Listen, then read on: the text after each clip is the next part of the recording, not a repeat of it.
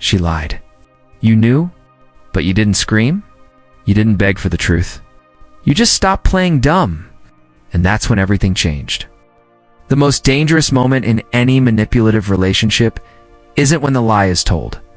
It's when she realizes you've stopped believing it. You're no longer confused. You're calm, detached, quiet, not because you're in the dark, but because now you see everything. And that's what terrifies her. Because the game only works when you're chasing answers. The second you stop asking, she stops pretending. Her mask doesn't fall, it sharpens. Her manipulation doesn't end. It evolves. Now she's not hiding who she is. She's testing whether you'll still let it slide. But you're not here to be tested. You're here to wake up. This video breaks down 6 cold, calculated things bad women do when they know that you know, and how a stoic man doesn't react, he rises. If you've ever felt that chill in your gut that says, "She knows I see her now," this one's for you. Like, subscribe, and comment below. I'm no longer blind. Let's talk about what happens after the mask slips. Sign 1. She flips the script. It always starts the same way. Just when you think you're about to confront the truth, she flips the ground beneath your feet. You bring up the late-night messages, the sudden changes, the things that don't add up. But instead of explaining, she turns on the theatrics. Her tone sharpens, her voice gets louder, faster, and now, somehow, the conversation isn't about what she did. It's about why you're accusing her. Suddenly you're controlling, insecure, too sensitive. She's not answering. She's attacking not to clear her name, but to destabilize your footing. This is textbook psychological inversion, a tactic as old as manipulation itself. When a deceptive person senses they're cornered, they don't defend themselves with facts. They hijack the narrative. You're no longer holding her accountable. You're defending your sanity. Your intentions are put on trial, while her actions are buried beneath emotional chaos. This was exactly what happened to Gerald, 58-year-old Navy vet who had always believed in giving people the benefit of the doubt. He noticed the distance, the sudden phone secrecy, the defensive posture. When he finally confronted his wife not with aggression, just quiet clarity, he was hit with a storm. Accusations, tears, deflections. "I can't believe you'd say that after everything I've done for you," she said. She didn't deny. She derailed. And Gerald, trained in endurance, thought staying calm would fix it. But the truth was already off the table, and he found himself chasing apologies for problems he didn't create. This is the emotional chess game many men find themselves stuck in, especially those who have been conditioned to talk it out. To be the one who de-escalates, to make the relationship work no matter the cost. But in Stoicism, the goal isn't to win an argument. It's to see clearly and act with discipline, not desperation. A Stoic man doesn't try to make someone admit what they've already revealed in their behavior. He doesn't spin in circles hoping for clarity from someone who thrives on confusion. Instead, he listens not to the words, but to the pattern. And when the pattern is emotional warfare, the response isn't retaliation, it's withdrawal. That's the power of stillness. When a bad woman flips the script hoping to rewrite your reality, you refuse to pick up the pen. You don't scream. You don't explain. You let her monologue play out like wind against a mountain. Cold, loud, powerless. The strength is in knowing you no longer need her permission to believe what you already know. And once you reach that point, you don't need proof. You need distance. Because the next tactic is coming, and it won't be softer, it'll be smarter. And if you're not grounded in Stoic clarity, you'll fall for that one too. Let's talk about what she does next when flipping the script doesn't work. She rewrites the cast. Sign 2. She becomes the victim. Psychologists have long observed that manipulative personalities often use emotional displays, not to reveal vulnerability, but to control outcomes. It's called emotional hijacking. And it's especially common in toxic dynamics where one partner is slowly losing their grip on the narrative. So when a bad woman sees that her mask is cracking, when you're no longer reacting the way you used to, she doesn't respond with honesty. She responds with performance. The moment you start to detach, she reaches for the oldest tactic in the book, becoming the victim. She might cry, her voice may tremble. No. She suddenly open up about a childhood wound, past trauma, or your perceived insensitivity anything. That shifts the attention away from her actions and back onto your reaction. You are finally seeing the truth, and now you're being invited to feel sorry for her. And if you're not grounded, it works. Because good men, especially older men raised to protect, to comfort, to absorb pain without complaint, often confuse empathy with obligation. You want to believe her pain is real, and maybe some of it is. But here's the hard truth. Pain can be genuine and still be weaponized. Tears don't always come from remorse. Sometimes they're part of the strategy. If she can make you feel cruel for confronting her, she can buy more time. She can keep the game going. That's why Stoicism offers something most men forget when they're being emotionally manipulated: discernment without detachment from reality. The Stoic man sees her distress. He acknowledges her emotion, but he doesn't let it erase the pattern. Marcus Aurelius said, "If someone is able to show me that what I think or do is not right, I will happily change, for I seek the truth." But if someone performs pain only to avoid responsibility, it's not truth they seek, it's control. Your job is not to become cold, it's to stay rooted. You don't shut down empathy, but you don't abandon clarity either. You can sit across from someone in tears and still know when the tears are not the full story. You can hear their past without letting it excuse their present. And most importantly, you can care about their wounds without letting them keep wounding you. When you stop chasing the truth and start seeing it, the manipulation loses oxygen. Sympathy becomes a door, not a trap, and you walk through it not into guilt, but into clarity. Because once the victim act fails, she doesn't stop. She shifts. The game moves to the public stage where she stops trying to confuse you and starts trying to recruit others. Let's talk about what happens when she brings the audience in. Sign 3. She turns others against you. When a manipulative woman knows the truth is slipping out of her control, she doesn't wait to be confronted. She preempts the fallout. She doesn't sit quietly and reflect on what she's done. Instead, she becomes the narrator of a new story, one where she is the misunderstood heroine, and you are the villain lurking in plain sight. She begins subtly in soft conversations behind your back.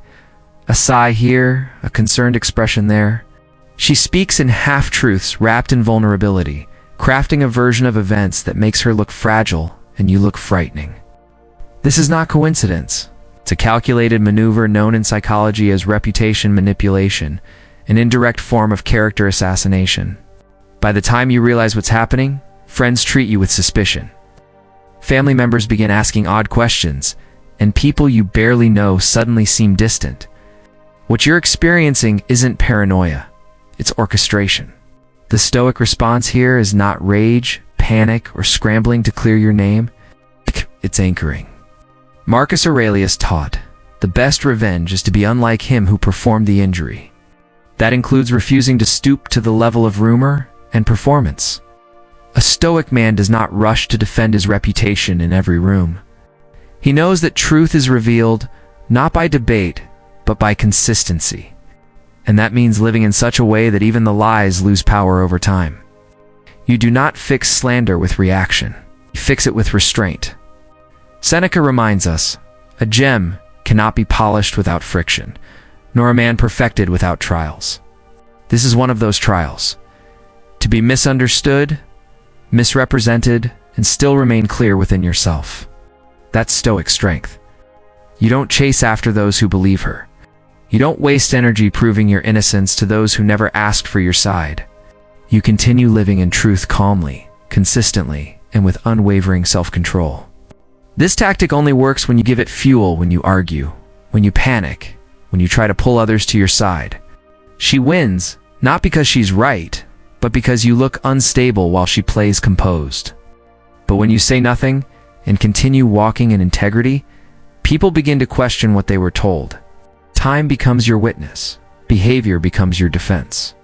And once her smear campaign runs out of audience, she changes her strategy again. Because if the crowd won't give her power, she'll try to reclaim it directly, not through stories, but through closeness. She'll offer affection not from the heart, but from the fear of losing her grip. Let's talk about what happens when false warmth becomes her next weapon. Sign 4. She amplifies intimacy strategically. When her deflections stop working, when guilt loses its grip, when even the lies she spread about you start falling flat, she reaches for one of the oldest tricks in the manipulator's playbook: affection. But not the kind rooted in love, not in remorse. This is intimacy sharpened into a tool, closeness used like camouflage. Suddenly, the woman who was cold, withholding, and distant becomes soft, warm, almost magnetic. She touches your arm more, she initiates intimacy, she says things she hasn't said in years. And you want to believe it. After all, it feels good to be wanted again. But Stoic wisdom teaches us that not all comfort is kindness. Marcus Aurelius wrote, "The art of living is more like wrestling than dancing." What he meant was that life, and especially love, requires readiness, not passivity. Because in moments like this, the Stoic man must wrestle with discernment. Is what she's offering sincere, or is it just tactical? It's what happened to Raymond, a 62-year-old retired police officer. After years of emotional distance, disrespect, and subtle gaslighting, he finally stopped chasing answers. He stopped asking where she'd been, who she was texting, why the contempt had replaced care, and the moment he became quiet, not reactive, not emotional, her behavior shifted overnight. She planned a trip. She made him his favorite meal. She complimented him after months of withdrawal. She acted like the woman he'd married 30 years earlier. And for a moment, he let himself believe maybe she had finally changed. But what followed that warmth was the real motive. She asked him to co-sign on a large purchase. She hinted at merging finances. She suggested renewing their vows without ever once acknowledging the damage done. That's when it hit him. This wasn't reconciliation, it was redirection, a play to restore control. The Stoic man doesn't confuse affection with atonement. He knows that real intimacy cannot be used as a reset button for accountability. If there's no admission, no awareness, no ownership, then the sudden warmth is not love returning. It's power repositioning. Epictetus said, "If you want to improve, be content to be thought foolish and stupid."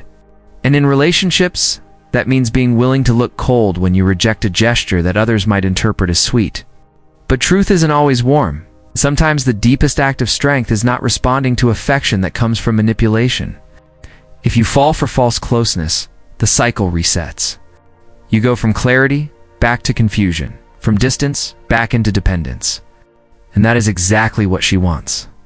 But if you see it for what it is and hold your center, she'll realize intimacy is no longer a weapon she can use. And that's when she'll try something colder. Silence. The final reset. The pretend amnesia of everything that came before. Let's talk about what she does next, when she stops fighting and pretends it never happened. Sign 5. She pretends nothing happened. Here's a chilling psychological insight. The brain's survival instinct is often more comfort-seeking than truth-seeking. Manipulators know this. That's why one of the most unsettling tactics bad women use, once you've seen through them, is not to defend, not to confess, not to explain, it's to erase. Not your memory, but the momentum of your awareness. She stops fighting, she stops justifying, she acts like nothing happened. Suddenly, there's no mention of the betrayal, the manipulation, or the nights filled with cold silence. She goes on as if the confrontation never existed. She joke like old times, plan dinners, talk about the future. But beneath the calm is something far more dangerous than conflict. Calculated normalization. Because if she can lull you into comfort, if she can get you to follow her lead in pretending it never happened, you'll doubt your own clarity, and she can continue without interruption. This isn't peace, it's emotional anesthesia. Stoicism warns against being lulled into illusion by temporary calm. Marcus Aurelius said, "The nearer a man comes to a calm mind, the closer he is to strength." But that calm must come from within, not from following someone else's silence. When a bad woman pretends nothing happened, it's a test. She's watching to see if you'll take the bait, if you'll accept false peace over uncomfortable truth, and many men do. They want the storm to pass so badly, they act like it never thundered. They mistake her new sweetness for sincerity, her small talk for reconciliation. But in reality, she's not apologizing. She's resetting the game. And if you go along with it, you signal that your memory is flexible, that your standards can be softened with time. The Stoic man doesn't explode. He doesn't drag out old wounds, but he also doesn't bury truth for comfort. He remembers, he holds his line, and most importantly, he refuses to play pretend, just to maintain a relationship that depends on his silence.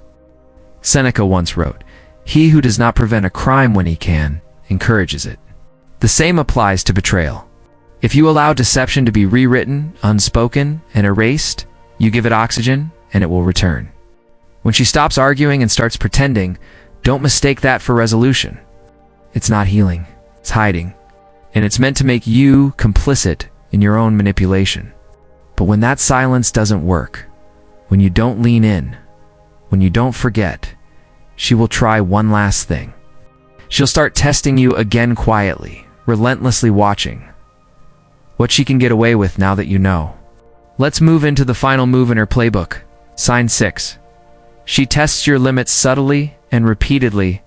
After the emotional performances fail, after the guilt trips fall flat, after the silence doesn't pull you back in, she switches to a quieter weapon. Micro-tests, passive jabs, small disrespectful remarks laced in sarcasm, innocent slips that cross your boundaries without fully crashing through them. Why? Because now that she knows you see her, she wants to know something else.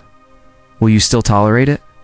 This is how manipulative behavior sustains itself, not through explosive moments but through slow erosion.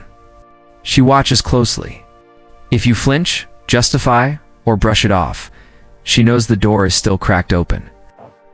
She'll push again. If you react with anger, she'll spin it. But if you stay quiet and grounded, if you let her missteps be seen without being baited into reactivity, the game weakens. Stoicism teaches that power lies not in how much you endure, but how wisely you respond. Marcus Aurelius wrote, "You always own the option of having no opinion." There is never a need to get worked up or to trouble your soul about things you can't control. When she tests your patience, your silence isn't passivity, it's precision. You don't need to correct every slight, but you must note the pattern and adjust access accordingly. Seneca said, "No one can be despised by another until he first learns to despise himself." These small tests are her way of asking, do you still see yourself clearly? Or are you slipping back into the role I created for you? And if your actions show self-respect, if your presence remains calm but unmoved, she will feel it not with fear but with loss. Because the game only works when you play along. There's also Epictetus, who warned, "Keep your will in harmony with nature." This is the path to freedom. When someone constantly tests your limits, it means their harmony is long broken, but yours doesn't have to. You set your standards calmly, and when she crosses them, even slightly, you don't yell, you subtract access, energy, emotion. That's where the real correction happens. Let her test. Let her try. Let her study your stillness and wonder what happened to the man who used to flinch. Because the truth is, he woke up. And now, you don't chase peace. You create distance. You don't teach with punishment, teach with absence. Let her realize that the real cost of manipulating a Stoic man is losing access to him completely. When a manipulative woman realizes you're no longer in the dark, she doesn't back down, recalibrates. Every smile becomes sharper, every word more strategic.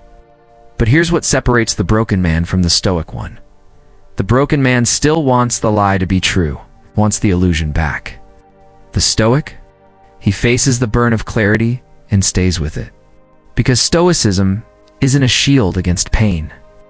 It's the sword of perception. It says, see things as they are, not as you wish them to be. And once you see her patterns, her moves, her games for what they are, you realize something chilling. She was never confused. She was calculated.